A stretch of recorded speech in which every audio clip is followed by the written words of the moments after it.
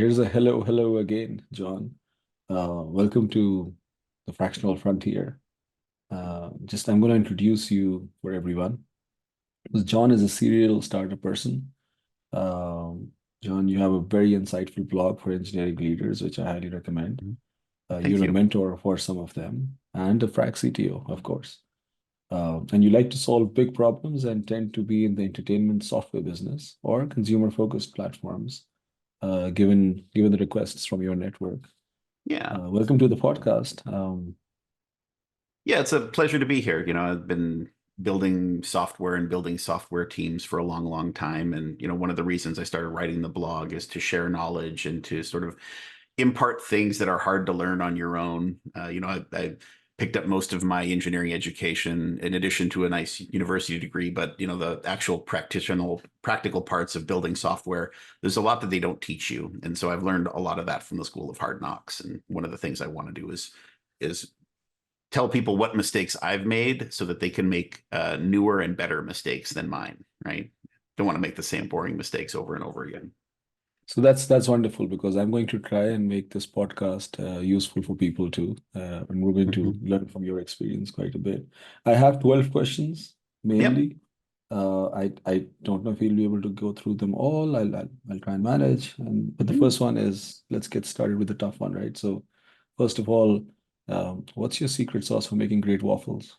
Simplicity. One of the things I've learned in that, and it's same thing with software as with waffles, right? If you try to make it too complicated, it's not going to turn out fine. So uh, I have kids that enjoy a variety of different things, but you can't make a waffle with buttermilk, Lee sugar, which are like the little sugar pearls that you get from Europe, and cinnamon and vanilla. But you take any one of those ingredients and you can make an amazing waffle. So simplicity is the important thing. And I've tried different permutations and I've tried a lot of different stuff. And I always ask my kids, "Hey, which one of these do you like?" And it always comes back to the simplest ones. So I was wondering how you're going to connect that to software, and you've done it very nicely. I So you've uh been a I put that on my LinkedIn as a deliberate thing. It's one of those, if my title in LinkedIn is reasonably articulate carbon construct, right? I don't want to typecast myself into a search pattern, and I put my skill as makes delicious waffles on there as opposed to a bunch of goofy keywords because I prefer the human connection. I recently disconnected from a few people on LinkedIn because Oh my my God, that's a very important one, right? And and people I'm up don't seem to get to it. That's the most meaningful thing to do in life. yes. It's not the millions. Absolutely. And I've come up with like a little flow chart for this. I've now blocked or unconnected from three people over a 10-year period. And those have been in, just in recent history because someone will come and hit me with a connection and the request seems good. And then they'll follow it up with an immediate sales pitch. And then I will ask them a question to see if there's a human being reading it. And they will ask the same question again 30 days later without acknowledging the question in the middle. And I'm like, no. So looking for the human connection is really important as a part You of any you should share conversation. this flow chart on our community and and on LinkedIn. Anyhow, getting into the easier ones now. So you've been a frac CTO for about 8 years. By the way, did you call yourself a frac CTO back then? When did the term frac? You were a consulting Yes. CTO, or I picked up the term in about 2011 from a fractional CFO, and I hadn't heard the term okay. fractional executive at that point. And I started applying that when I had a bunch of people who had really early stage projects that they wanted to do, and they didn't know how to get them priced or built, and they needed some help. And I'm like, well, you can't afford me full time, right? A lot of really early stage companies, look at my pedigree. I've been doing early stage work from employee number one or two at a company through the first 200 people up until I spend a period of time at Zynga, which is, a multi-billion-dollar publishing business.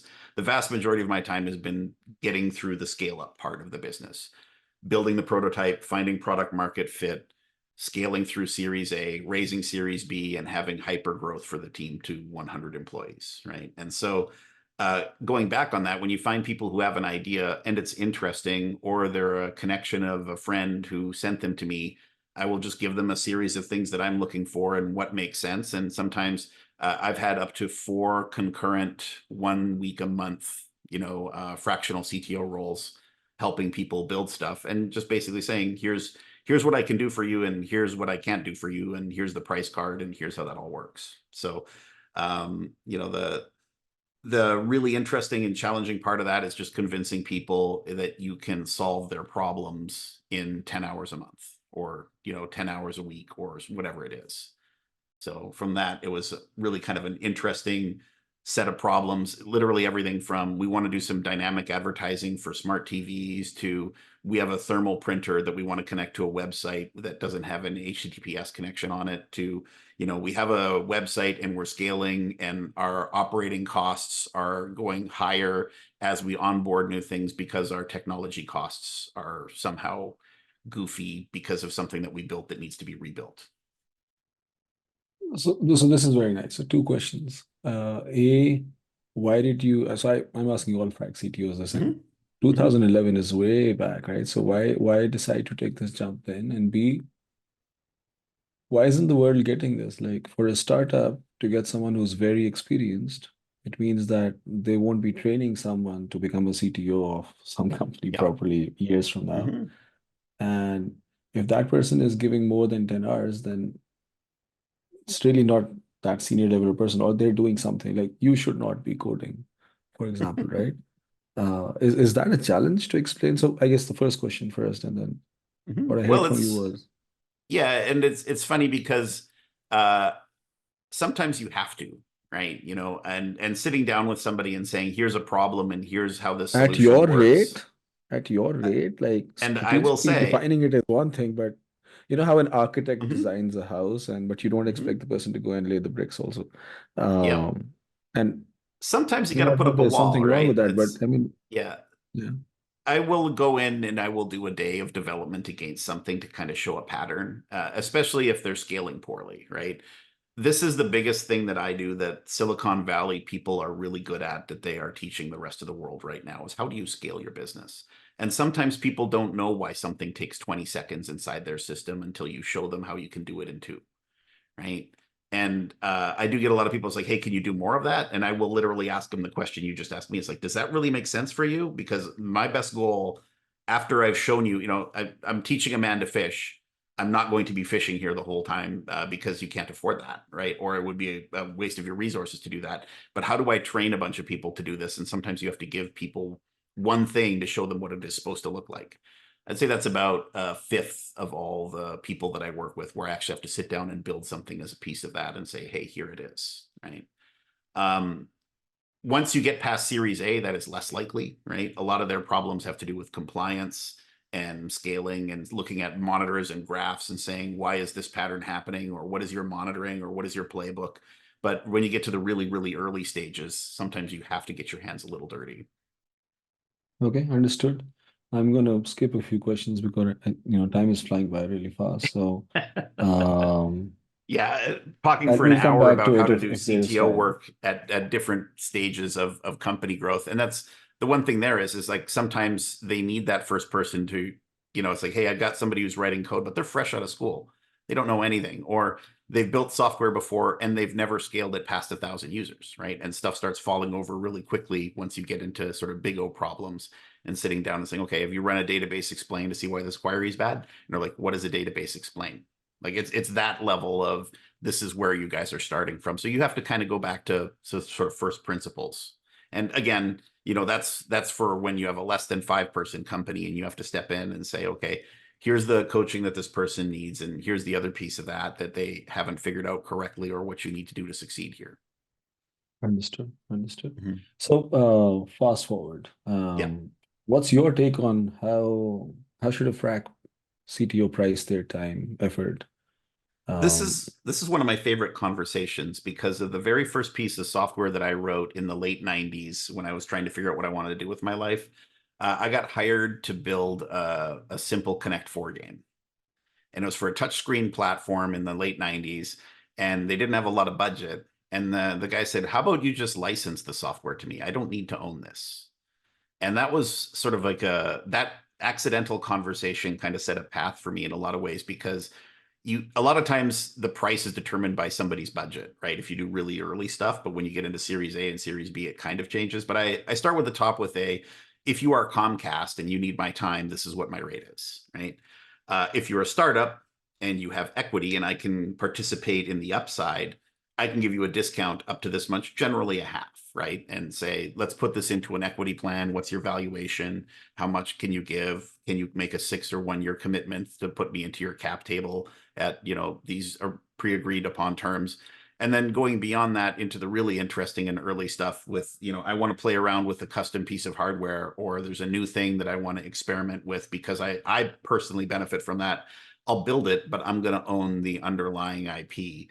And I usually put in a term that says you can purchase that back to me by going to the full price, right?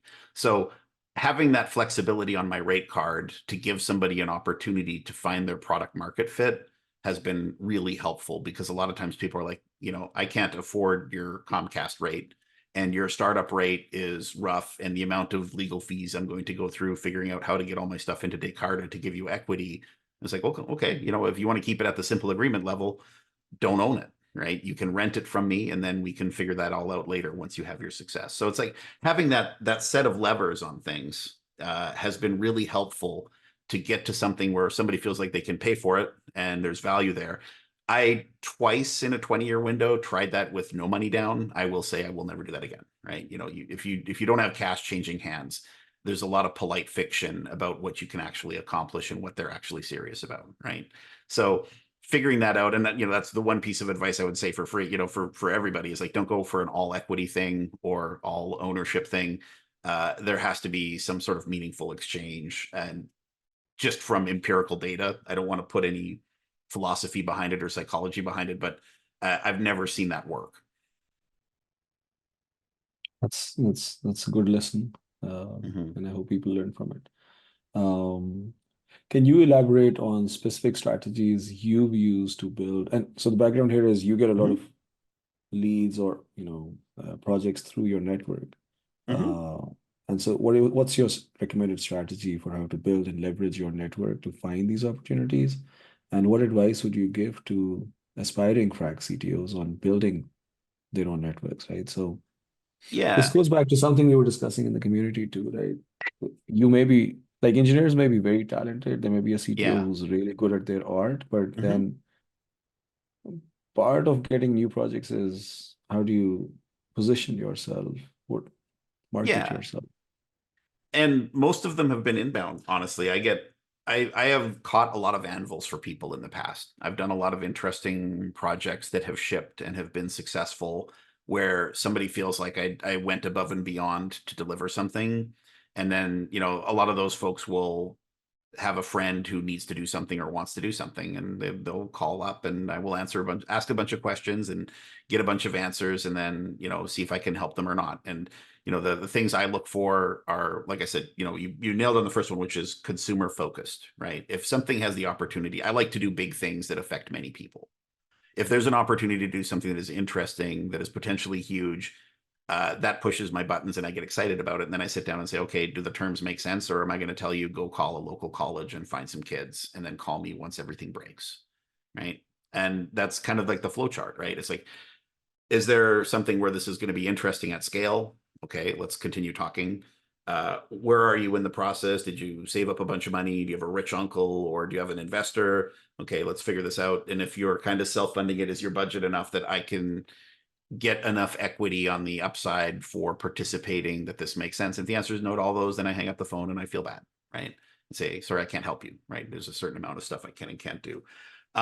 Since I started my blog, I've picked up a few folks, which, by the way, is a really fantastic tool for finding people who need help and talking about the lessons along the way. That's been kind of good for making new connections and meeting new people to find that out. But generally, having a reputation of being a problem solver and making sure when you have conversations with the people who have problems that need solving to say, hey, is this what you needed? Is there something that you need more? And in watching the previous podcast, I self-identify with the thrill-seeking element of doing fractional CTO work, of finding something where there's some really interesting problems that have the potential to be exciting, and say, I want to solve this problem because I want to learn about this space.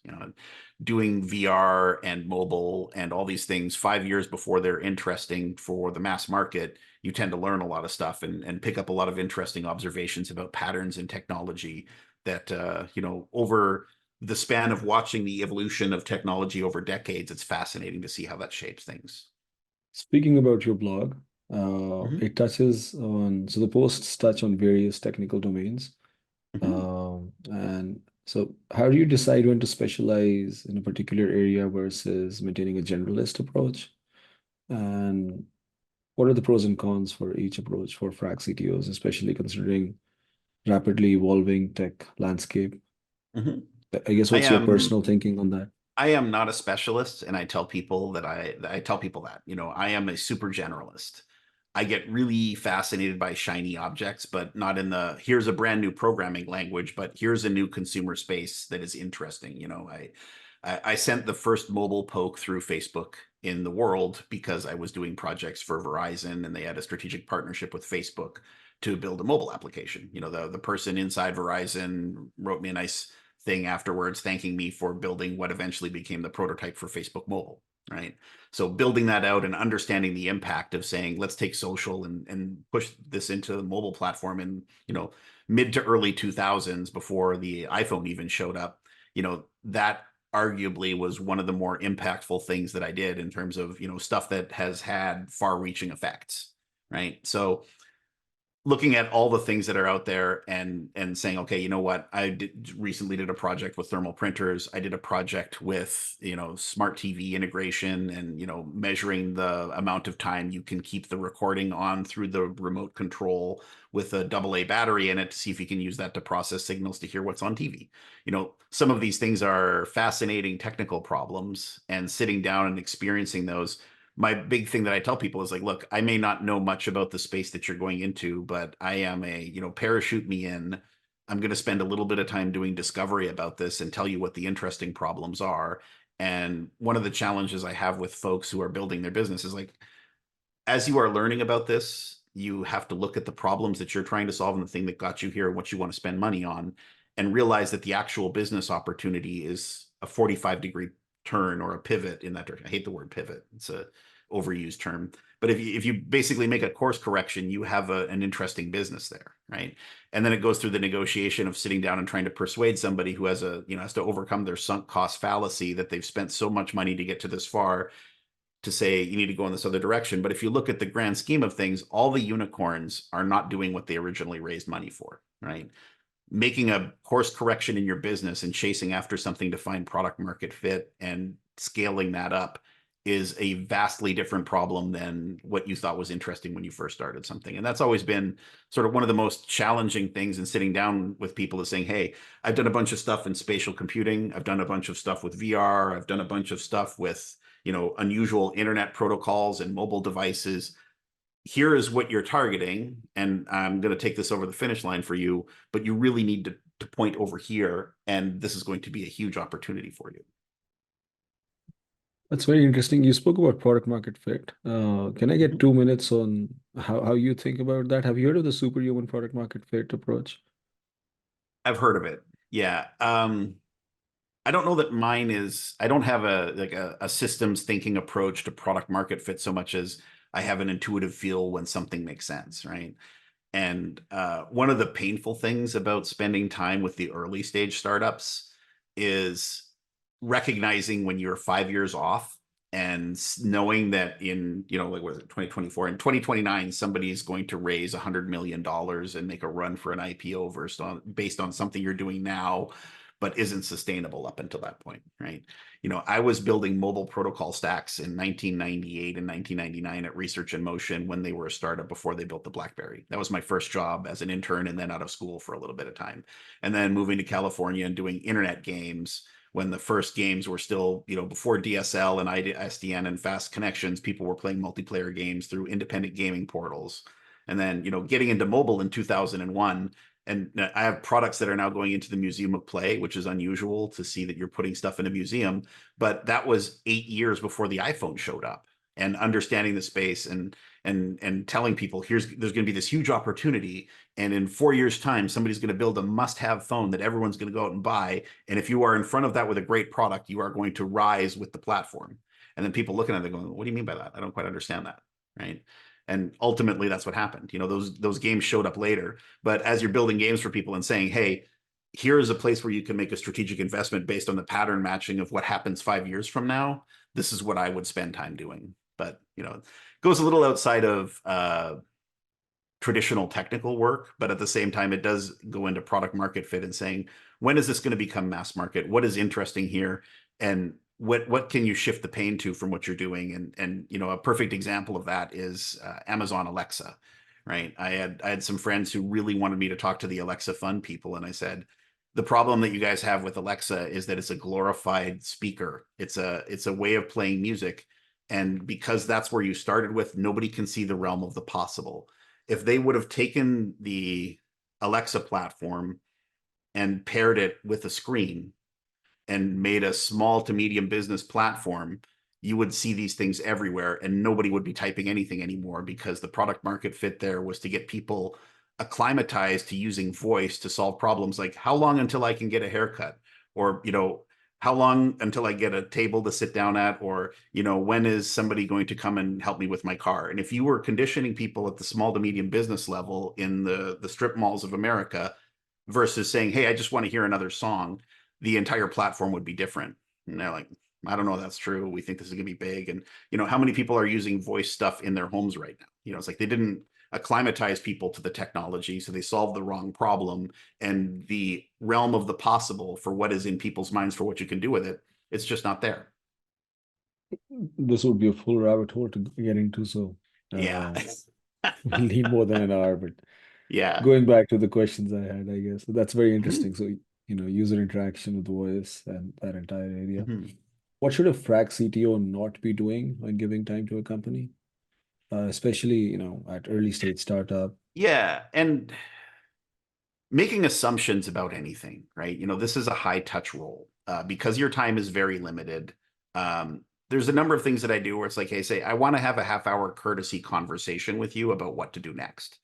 And it's really important to do that as a thing, because it prevents you from doing something where you get yourself into a place where the customer goes, no, I don't want that, right? Or you're doing something and it's important for what you want to do, but they don't know that it's important, right? Like sitting down and hardening your data instances to protect from intrusion for a company that hasn't scaled up yet. But you want to make sure that something doesn't blow up or something doesn't get hacked into prematurely. You don't want to do that until you've explained that to somebody. So the first thing that I've noticed is I spend a lot of time saying, here's what my plan is. And then if I need to change something on the plan, make sure that you spend a little bit of time. And the one thing I've noticed is a lot of times I've had those conversations, people get panicked because they're staring at the clock. So I point out very clearly that this is a courtesy conversation, right? And saying, hey, I think our plan needs to be amended. I want to have a conversation with you, and I'm not going to be doing this at my billable rate because I need you to understand this. And it's important enough to me that I'm willing to spend a half an hour of my time for free to make sure that you understand the seriousness of this. You can't do that 30 times in a week, of course, but every once in a while, it's a really important thing to do. And I think that's one of the reasons why I get a lot of people who call back, is because I do say, hey, there's a decent amount of courtesy stuff that I need to do for you. And the reason I'm doing this for free is to convince you of its importance. So aligning what you're about to do for their business with them, Yeah. uh, before you do it. Yeah. Uh, what would be the top three pieces of advice for people on how to be more effective as? So this is from your blog. I thought Mhm. maybe I'll ask you for the top three, since you do mentor technical leaders. And The most important thing we had a long conversation on the Slack channel about what can't you automate as a CTO, right? Number one thing is, what can you automate, and making sure that you've gone down that road. But the thing that you can't automate is the human touch and the explanation, right? The important thing is to figure out how to just explain. courtesy time Yeah, well, it can sometimes it can be alignment. on the clock, right? I've done this as a part of both, and say, look, I need to convince you of some stuff here, and because it's a change in plans, I'm going to do it for free. But I need 5 hours to get in and understand things, and we're going to have a 3 hour presentation or a 2 hour meeting with your senior staff, or I'm going to spend a bunch of time coaching these people. So sometimes it's billable, but making the connection between what the engineers are saying with their high-tech gobbledygook and the CEO who, is building this thing, who has an MBA and can barely spell TCP/IP, who needs to understand the ramifications of this. So finding relatable communication patterns to executives that are non-technical is a really important skill to have, and breaking things down metaphorically. Like I once had a CEO who didn't understand tech debt, and he just hated the word. Oh, my engineers are always crying about tech debt, tech debt, tech debt. And they're like, I don't understand tech debt. I knew he came from the casino industry. So I said, okay, imagine you're running a hotel, right? And you've booked it solid for opening date, but it's not going to be done in time. And one of your folks says, hey, you know what, the penthouse suite at the very top, we don't have time to finish that suite, but you know what, I can stand up the top 2-story penthouse suite just using 2x4s and stud wall and open on time so that everyone can be checked in and have a good time. And you go, yeah, do that, right? Okay, so you've done that, you've had your successful opening weekend, and then your bookings manager says, hey, we need to add 5 floors to the top of this hotel because the demand for it is so high. So tech debt is the 2 floors of stud wall that you put up. You got to tear that down before you put those 5 floors on top of it. And a light went on, and he never said, I hate tech debt after that, because I could put it in relatable terms. And that was such a powerful metaphor that I've used similar things like that. Everyone's got something that's a hobby. I have a son who played some baseball at the college level. So when I meet a sports person, I talk to him in sports team metaphors. Sometimes you take a look at construction metaphors or farming metaphors. If you find the thing that you can do to relate it, say, okay, this is what the problem is like. And, one of the fundamental things that's really interesting is like building software. A lot of people expect it to be like building houses. You like to use the architect metaphor from earlier. You got the floor, you put down the foundation, you put up the stud wall, you put in the drywall, you put in the wallpaper, et cetera, et cetera. But it's more like designing communities, right? You have a chunk of land. Here's the topology. You say, we're going to put a bunch of stuff. Here's the housing in the community. And you do a bunch of surveys. And then 5 days into building the first set of houses, somebody comes and says, hey, the hillside that we found, it's granite for the next 80 feet down. And you have, 300 yards of plumbing that is supposed to go through there. We can't do that there. So then you have to redesign the community to accommodate for the fact that you can't put sewage on the hillside, right? So where does your drainage go, and how do you solve that problem?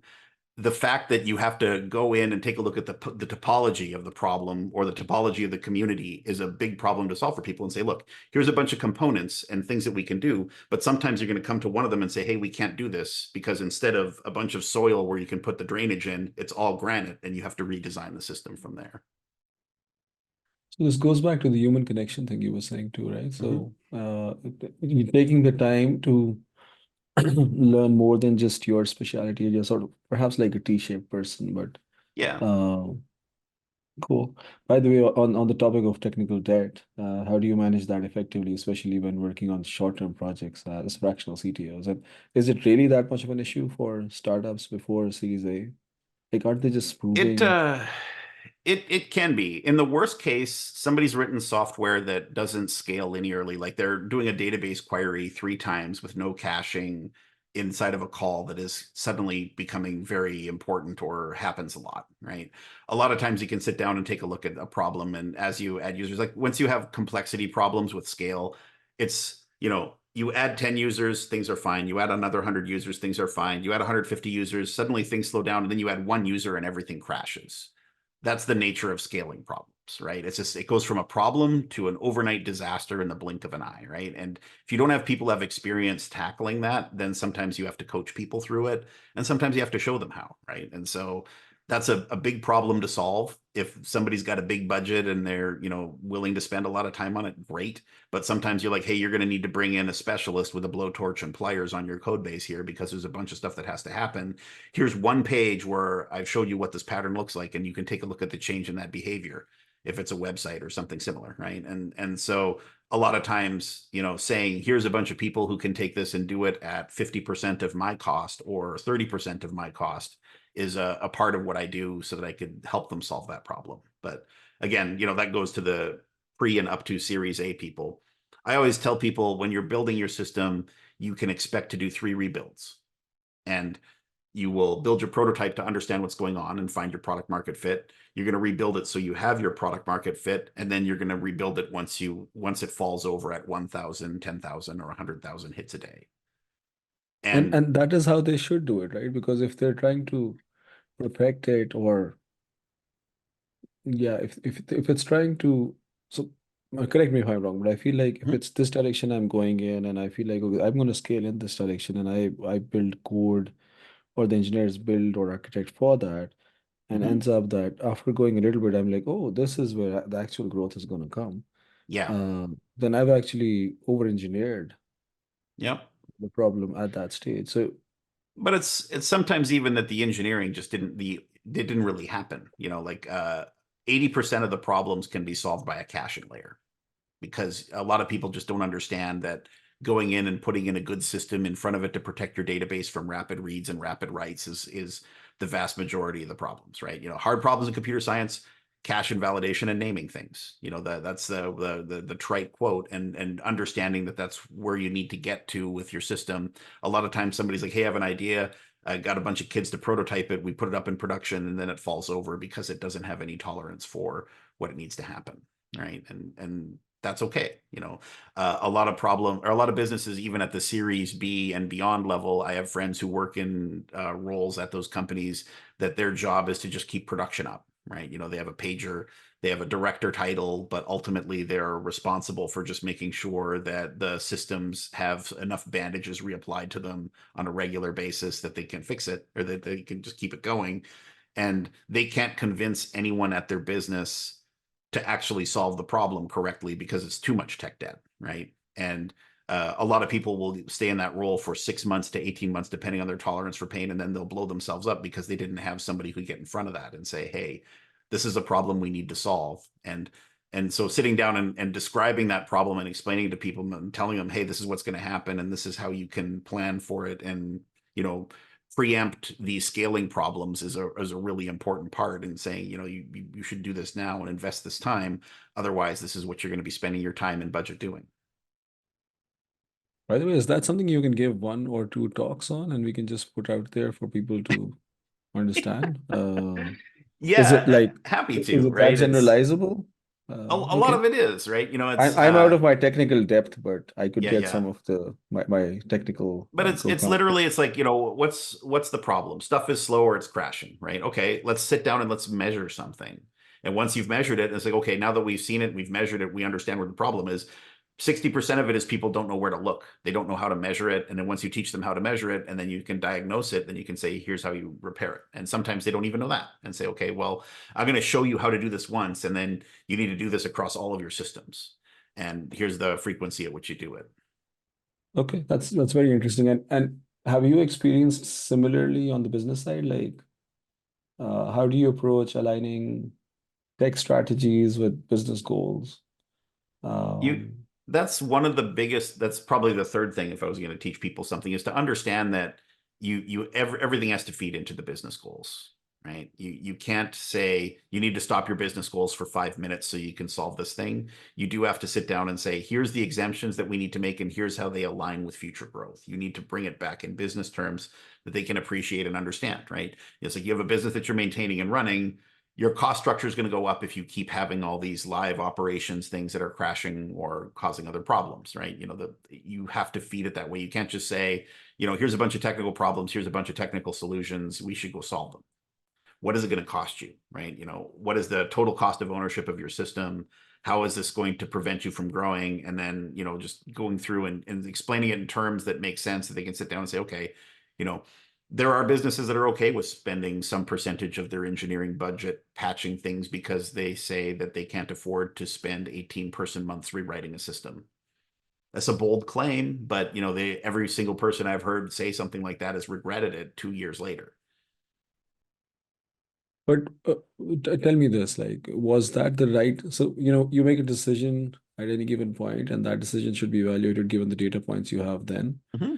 And so sometimes not making things bulletproof means that you actually don't have the information. And so you're on Mm-hmm. a track with building the tech, which is just validating for a bunch of business assumptions, right? So Yep. you're saying, okay, this, so perhaps, I guess what I'm trying to say is there's a business level validation, and that requires a Mm-hmm. certain level of tech.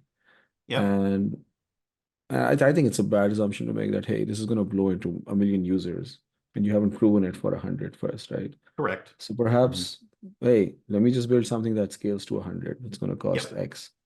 And once we're there, let's stop scaling and let's Mm-hmm. rethink that, okay, if this is going to grow, then you have to go, as you said, right? So it takes Yeah. three of Like you think like that from day 80%, one. 80% of the people who get fractional technical CTO calls are people that are coming in to deal with the hyperscaling problem, right?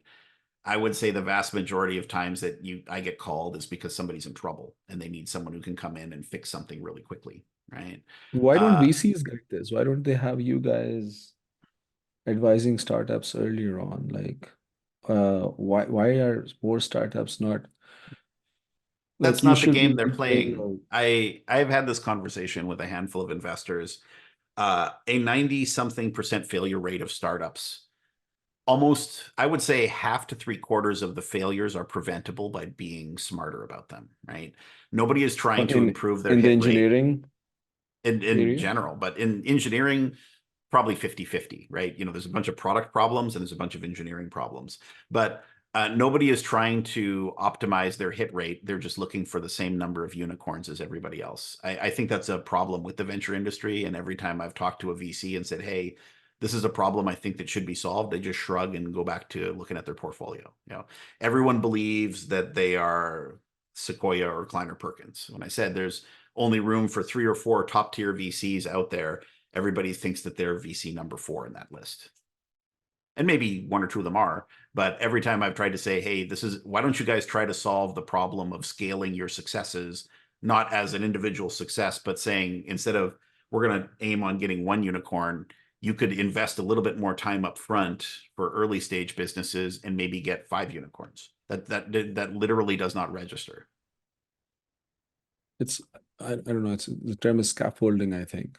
Mm-hmm. Uh That's from a good Adam term. Grant's new book, and I feel like it's needed for newer, younger founders or younger technical founders A who are hundred building percent stuff. agree. And The number of businesses that fail for purely technical reasons is probably in the double digits, right? There's if you sit down and do a post-mortem on business failures, there's founder disalignment, lack of product market fit, weird scaling problems, inability to get to market fast enough, inability to grow with the market. You go through the handful of problems.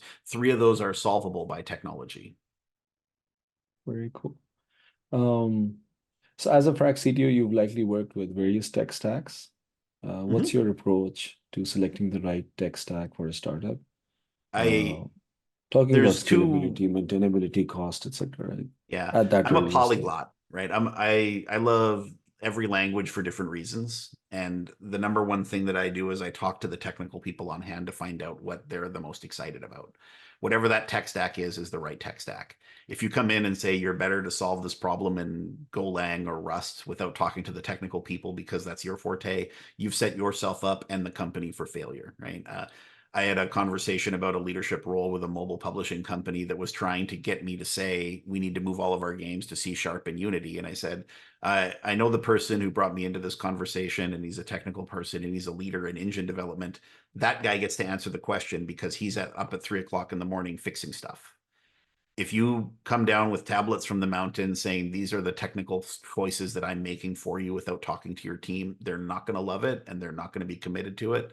And at the This end of is the true for day, any stage, or this is any like, are we stage, still talking about it? 100%. Yeah. Yeah. I've never found a platform like, some of the biggest games that existed in the social space were built on PHP 5, right? Which is a 20-year-old horrible scripting language that doesn't always work in production because there's no way to run your code because it's all scripting, right? And there are games that have made $200 million a year off of that tech stack. The technology doesn't matter. The people who So, build the technology matters. and I guess a lesson in there is that your product market fit is actually tech stack agnostic. It doesn't matter Mhm. what you load it in as long as it works. Yeah, Okay, that's right. okay. And so, How do you, sorry, accordingly, go ahead. I don't, I tell people I'm a generalist, right? And I said, if I don't know your technology by the end of 10 weeks, I will. That's very interesting. Um, how do you go about assembling and leading effective engineering teams, especially as in the frac capacity? Yeah. Um, And I actually do this as a separate piece of my business, which is just helping people build their core team and finding their first employees, right? It's not really a CTO responsibility, but staffing up a startup is a really, really delicate balancing act. And one of my superpowers is team building, finding the right people and putting them in front of a bunch of problems and saying, hey, go crazy, right? And that's more than an hour of conversation. That's 20 years of instinct and working with people and seeing patterns in behavior and understanding what to look for, but making sure that you got people with the right level of grit to solve problems and are interested, if not enthusiastic about the space, and then kind of going from there. So, making sure that you have the right people's, sometimes there aren't the right people in there. The one technology that I don't know anything about is Ruby on Rails, and it's because of a business reason. When I'm working with somebody in a leadership capacity, fractional CTO or otherwise, I always say it's like, what happens if I discover that the people are responsible and we need to replace them? If I'm a lipstick on a pig problem, basically they want me to come in and write a report and say, here's your thing and this is what you have to go do and then leave. I'm not very good at that. I want to solve the problem, right? If you have a thing that you've built and it's scaling poorly and your leadership is responsible and they need to be replaced, I want to be a part of that conversation. 100% of all the people who had a Ruby on Rails scaling problem, 5 seconds in the conversation, they make a scary face and they say no, and the conversation's over. I'm like, okay. So nobody's ever said yes to that. So I've never learned Ruby on Rails. I've had people who had that problem with Node.js. They're like, hey, our stuff is broken. I go in, I understand why. 50% of the time, you need to replace somebody who understands scaling better. The other half of the time, I think I can coach your guy, right? And going from there. But if I don't have the ability to effectively make change there, then I am just, like I said, lipstick on a pig. It's a Band-Aid to a problem. And I don't want to just be a Band-Aid to the problem. What I value is fixing the problem. John, you said you're very good at your superpower is building those teams. Are you going out and looking for these people, or it's just your human connection part where over Human the connection. years you've made these connections and you're like, okay, let me pull that guy. Okay. Yep. So I mean they pop up in your head as you look at problems. Like I have tools for recruiting complete strangers. My network is always growing, right? Every year I find 5 to 3 people that I will hire repeatedly. If you look at the people I'm working with now and you look at our LinkedIn history, we've overlapped sometimes at up to 4 different companies. And so I just, the one thing I would say is as you develop people that you love working with, keep in touch with them, right? And find out what they're doing and find out when they're looking to do something else, right? I spend a lot of time with people that I've worked with over the years that I've loved working with, seeing what they're doing now. And I think that's an important thing too. One of the big questions I ask people is What's a like, lot how, of time, by the way? So how many hours do you think you do that per week? Sorry, I like to get into yeah, the hours yeah, conversation. yeah. I have a hourly walk that I take at lunch most days. And I would say on any given week, so I would say 1 to 3 hours a week of network reconnection. One time I would call somebody. That number goes up if I know that they're in distress or their company is about to run out of money or if they're unhappy with their job. I will hit them up more frequently to see if I can help them, right? And generally as a courtesy, right? And connect the dots to places that are interesting and fun, but also just to kind of hear what kind of problems people are having and what they're struggling to resolve. And a few people that I've had that conversation with have said, hey, I would like to have you as a full-time coach and my company will pay for it, or I'm willing to pay for it. And then some of them are like, get me out of here. I want to go someplace else. And I'm like, okay, send me a resume. A, am I hiring? B, do I know somebody who's hiring? And C, do we need to rewrite your resume? Because it's not a very good piece of software, very good piece of documentation, right? And it's a combination of those things. And that's paid for itself now. It takes a long time to get to the point that is its own reward. But when it is, it's just amazing. Last question. And this one is about, measuring. So as a frac CTO, how do you measure the impact of your work on the companies you engage with? Do you have specific metrics or frameworks that you It use? Yeah, I think my metric is, am I getting phone calls from people needing help, over a period of time from those folks, right?